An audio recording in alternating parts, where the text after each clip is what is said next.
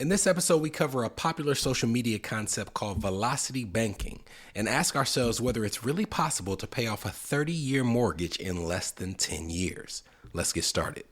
Let's get some money. From New Money, New Problems, it's the New Money, New Problems podcast, a show for successful professionals searching for the tools they need to navigate financial opportunities and obstacles they've never seen. Negotiating compensation, purchasing your first investment property, helping your family with money, the highs and lows of entrepreneurship. New Money brings new problems that require new solutions. Join us as we work through them together. I'm Brenton Harrison, and this is the New Money, New Problems podcast. Hello, my name is Brenton Harrison of New Money, New Problems, and your host for the New Money, New Problems podcast. I am back from out of town in the speaking engagement and in my home setup. And if you were with us 2 weeks ago, I gave a major preview or a teaser to this week's episode when I talked about the fact there was this social media concept called velocity banking that proclaims that if you do this according to its instructions, you can pay off a 30-year home loan in 12 years, 10 years. Some people say 7 to 10 years. And it's something that's been taking off over recent years when it comes to something that you might see on TikTok or something that you see on YouTube. There are people who devote their entire careers to building a profile off of teaching the velocity banking concept. And it's something that when you see it, it kind of sounds too good to be true. So in this episode, I want to talk about the concept in the first half of the episode, show you how it can work when done properly and when certain circumstances align in your favor. But in the second half of this episode, we'll tell you how likely it may be and also some of the cons that you need to be aware of. Because I would tell you that this is never something that I would recommend without you working with a licensed professional, and probably more than just one. In addition to a financial advisor, I'd recommend you having a CPA, you being in communication with your lenders to have an idea of things like your tax impact, the interest rates, all types of things that you need to be aware of when it comes to a complicated concept like velocity banking. So let's jump into how it works. And then as I shared in the second half, we'll talk about whether or not it's something you should pursue. The first step in velocity banking has to do with something that we also did an entire episode on, and that is securing a home equity line of credit. And you'll recall that in that episode, you can't secure a home equity line of credit unless you have a property that has equity in it in the first place. So if you're looking on screen, you're seeing an example of a home that's worth $500,000, and we're currently assuming that the mortgage payment on that mortgage as is about $2,400 a month. Now, the mortgage on that property is $300,000 at 6% interest. So you're looking at about $200,000 worth of equity that they've established in this property. And if you go back to that episode, you'll know that most lenders will take 80% of your home's value, in this case, $400,000. They'll subtract the balance of the mortgage, in this case, $300,000. And what you have left is what's accessible to you in a home equity line of credit. So on this $500,000 home and $300,000 mortgage, we have a home equity line of credit where we have access to up to $100,000. If you don't borrow any money, you don't owe anything on the line of credit, but you have access to up to that amount. So once we've established this home equity line of credit, the next step in velocity banking is to determine an amount from that home equity line of credit that you're going to use to pay down that mortgage. So you're not necessarily taking extra money from your own pocket and paying it down. You are borrowing from another source of debt to pay down the original source of debt, which already carries its own risks and complications. But in this step, in our example, we're going to assume that our homeowner taps that $100,000 line of credit for $50,000, and they use that $50,000 to pay down the mortgage balance from $300,000 to $250,000. Now, if you're looking at this, you're probably saying, why would a person do this? Because they still owe $300,000 in total.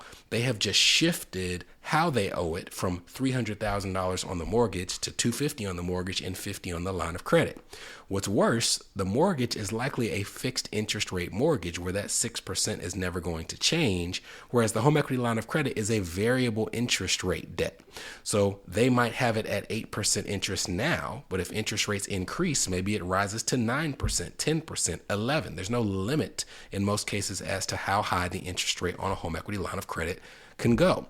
So why would they do this? Well, there are two reasons why they would do this. And the first has to do with what it does to the mortgage payment itself. For example, if you're looking on screen, you're looking at a $400,000 mortgage for 30 years at 6% interest. And if we started that in May of 2024, not only would the monthly payment be $2,400 a month, but you would pay $463,000 just in interest on this loan. And over the course of the 30 years that you have that home, that $400,000 mortgage would take over $860,000 to repay in full. And if you look at the mortgage amortization schedule, you can see why that is the case. In the first month, in June of 2024, you pay your $2,400, but only about $400 of that amount goes to actually pay down the principal. And the other $2,000 is just interest that's accruing on that debt. So in the first month, you started at $400,000, and at the end of that period, you still owe $399,600. Now, the next month, in July, you can see that you make that same payment, but a slightly larger amount goes towards the principal. Whereas the month before, it was $398 that went towards the principal. In July, it's $400.19 that goes towards the principal. In August, it's $402. In September, it's $404. If you go down a couple of years to when you've owned that property for a decade, what started as about $400 a month that was going towards the principal has now grown to about $700 a month.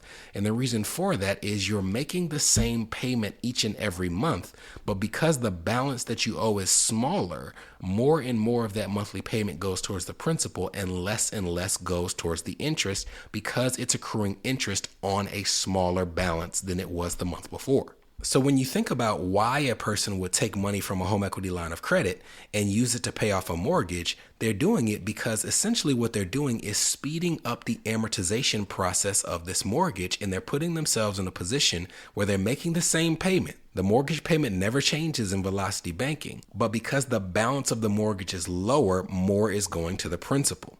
In the example we're covering in this episode, we took a $300,000 mortgage and we paid it down to $250,000. You can see based on our amortization schedule that around the time this loan was at $300,000 remaining, there was about $888 of that monthly payment that was going towards the principal. If we then took that home equity line of credit and paid it down to $250,000, what you would see is that lower balance, instead of about $900 a month, there's $1,140 that's going to pay off the principal. And if you look at the years in terms of how many years did I shave off, it's as if you magically shaved 5 years off of the repayment schedule, because that's how long it would have taken based on this amortization table to get to the point where you owe $250,000. So we've covered why you would do step one. Paying down the mortgage balance allows you to continue making the same payment, but have more go to pay down the principal month after month, and it will simply pick up speed. But what about the amount that we took from the home equity line of credit to pay it off? Well, that's covered in the next step in Velocity Banking, which is to switch your direct deposit for your monthly paycheck so that instead of going into a checking account, it goes directly onto a home equity line of credit. What many people don't realize is similar to a checking and a savings account, which have an account and routing number, a home equity line of credit also has an account and routing number. And in many cases, you can switch your direct deposit account from a checking account to a home equity line of credit. Now, there are some employers who may not allow you to do that. And in those cases, you can still have the strategy work by, as soon as the money hits your checking account, just transferring it all to the home equity line of credit. But the premise is that everything that you make needs to first go to that home equity line of credit. And instead of spending out of your checking account, you would choose to spend off of your home equity line of credit. You have a checkbook that comes with a home equity line of credit. So if you go to the grocery store, you would use the checkbook. When you're paying for your utilities, you would use the checkbook. All these different types of things that you currently pay on a debit card, you would instead pay with a line of credit. And you're probably thinking, as I would be thinking, nobody takes checks anymore. Nobody writes checks anymore. And that's perfectly fine if you don't want to do that. I wouldn't want to do it either. So another way to do the Velocity Banking strategy is to simply put as many of your monthly expenses on a credit card as you can. And at the end of the month, instead of using the money in your checking account to pay off that credit card bill, you can transfer money from your home equity line of credit to your checking account and then pay off your credit card bill. So there's all different ways to make sure that you do this, but the premise is that you need to be living off of that home equity line of credit. The reason that you would do this with Velocity Banking is the goal is to make sure that you're living off of less than what you're making.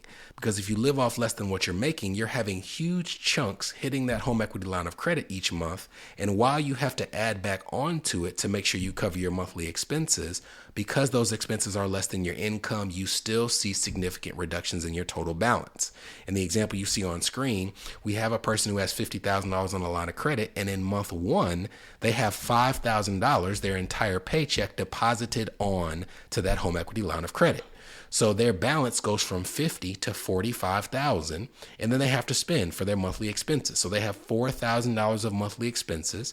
That brings the balance from 45,000 back up to 49,000, and there's interest that accrues on this home equity line of credit. In our example, we assume that it's $333 a month, so that brings the balance up to $49,333 from what was originally a $50,000 balance. But if you combine the fact that you did see that HELOC decrease by a total of almost $700 with the fact that the mortgage balance also went down by over $1,100, in this 1 month, you saw your total balance of debt on that property be reduced by almost $2,000, $1,807. Now we know, based on the amortization table we just covered, that eventually more and more of your payment goes to the principal. But even if it didn't, even if things stayed just where they were in terms of how much goes to pay down that balance each month, that would mean that instead of having to pay this off in 30 years, you would pay off this property in a little less than 14 years. I think it's like 13.8 years. And when you factor in the fact that every single month more and more goes to the principal, it would technically be paid off even faster than that. And that's why it's called Velocity Banking, because with each payment that you make, more and more goes to the principal, which means that it picks up velocity. But it's something that requires discipline, an understanding of the risks, and also an understanding of just your own financial situation as compared to what you see online. So after the break, we're going to talk about some factors in your life that you should use to figure out whether this is something that you should look into or if you should keep a healthy distance and go on about your way. This is the New Money, New Problems podcast, a show for successful professionals searching for the tools they need to navigate financial opportunities and obstacles they've never seen. We'll be right back. Are you wondering what new money problems you might be overlooking in your financial life? If so, we've got great news. We've crafted the New Money, New Problems Gap Finder to identify potential weaknesses in your finances in areas ranging from budgeting, investments, insurance, and even the threat your extended family's finances could pose to your household. Please head to newmoneynewproblems.com/gapfinder to complete it today. Again, that's newmoneynewproblems.com/gapfinder to take the assessment.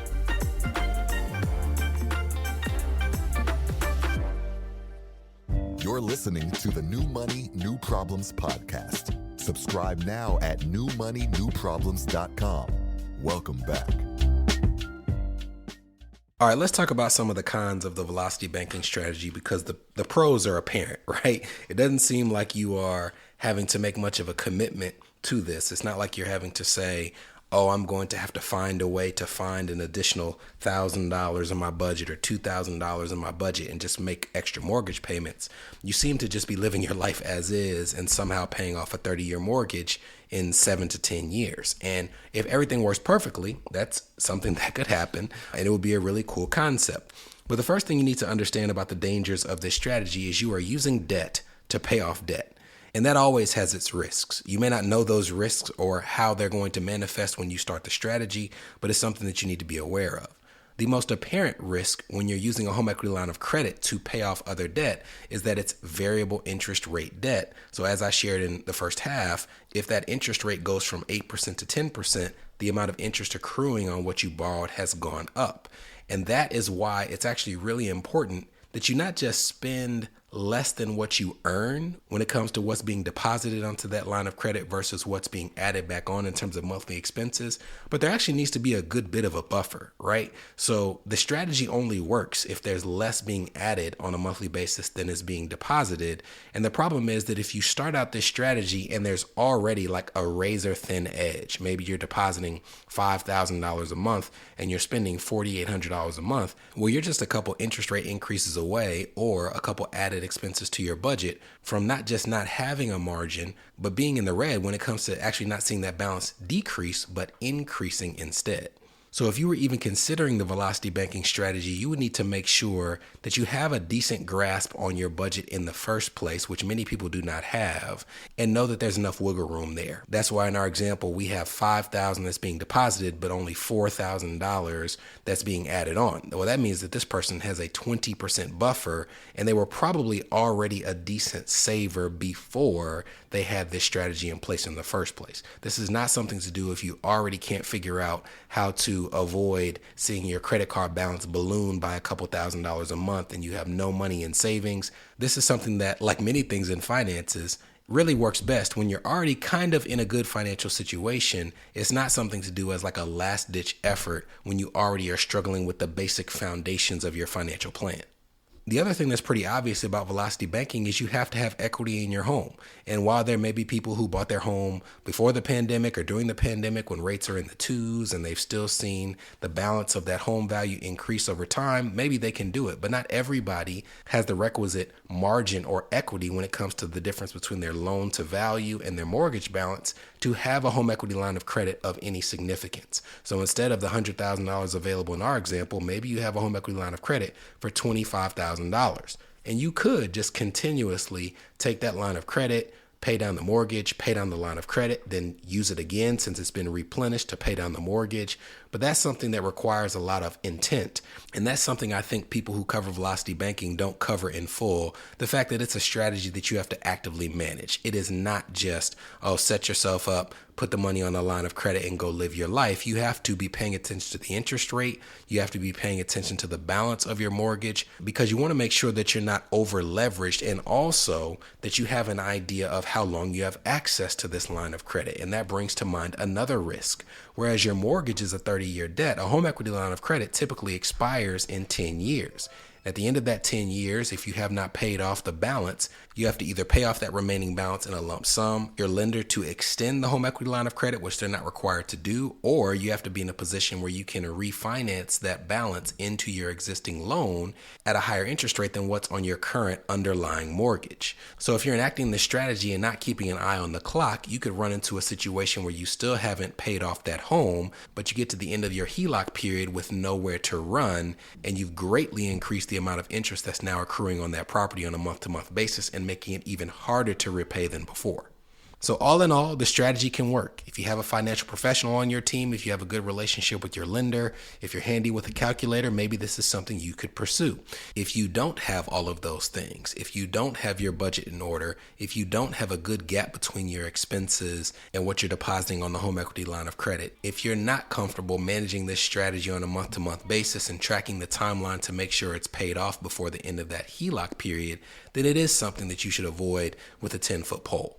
But I hope this is at least information that starts to break down the barriers and solve some of the riddles that you see online when it comes to these social media concepts.